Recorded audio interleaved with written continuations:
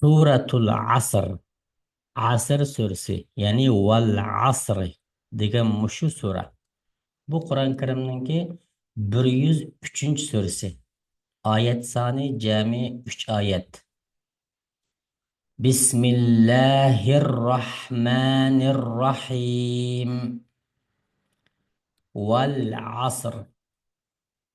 Innal insana lafi khusr.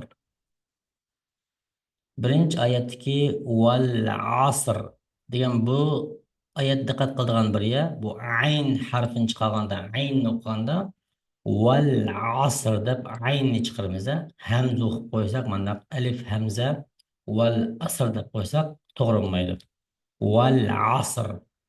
Og'adagi ro harfini e, bu sukun holat o'qiymiz. Bu to'xtagandan keyin, bu turish bo'lgandan keyin. Agar ulab o'qib qolsak, kasra o'qiymiz bu yerda. Kasra bor, ya'ni zirba.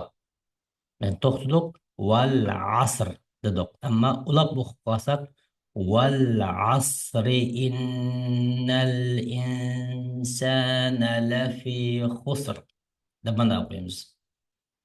Endi ko'pincha holatda to'xtab o'qiymiz.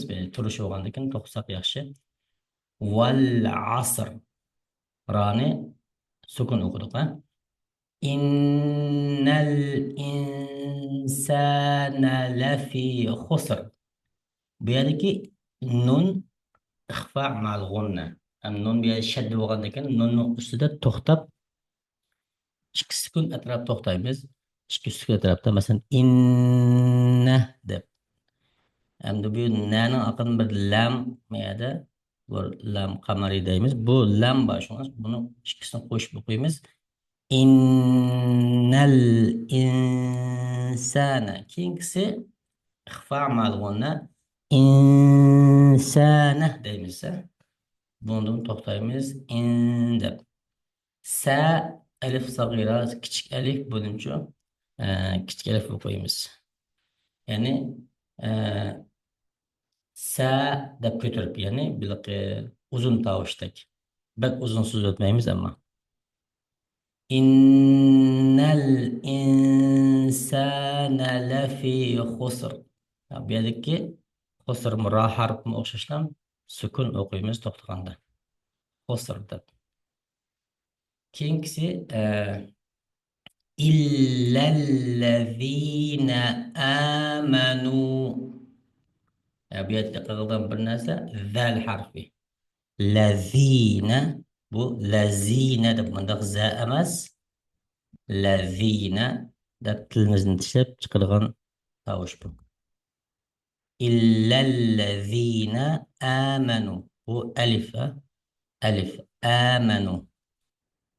وعملوا الصالحات وعملوا وعين وع بقيمز وعملوا الصالحات صا ألف صغيرة ح ألف صغيرة شو نسبة صا دب كتر بقيمز ح دب كتر بقيمز صادني قلن تم بقولن حرف يعني حرف تفخيم solihati vatawasaw. Bu mushu saw sod belki buni yumshoq tovush o'qiladi, ammo sod bu nima desa sod harfini talaffuz qilib qilin o'qiymiz. Sod bilan vav bu bir bo'g'im. Bu bo'g'imni biz yumshoq o'qiymiz. Vatawasaw deb. Vatawasaw bil haqqi.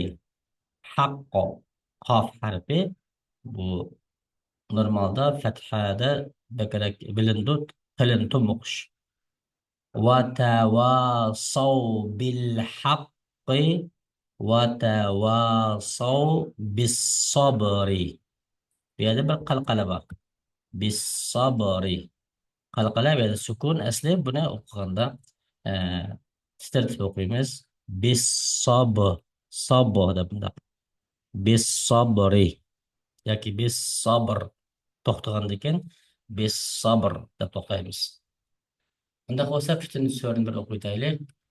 بسم الله الرحمن الرحيم. والعصر إن الإنسان لفي خسر إلا الذين آمنوا وعملوا الصالحات وتواصوا بالحق وتواصوا بالصبر. صدق الله العظيم.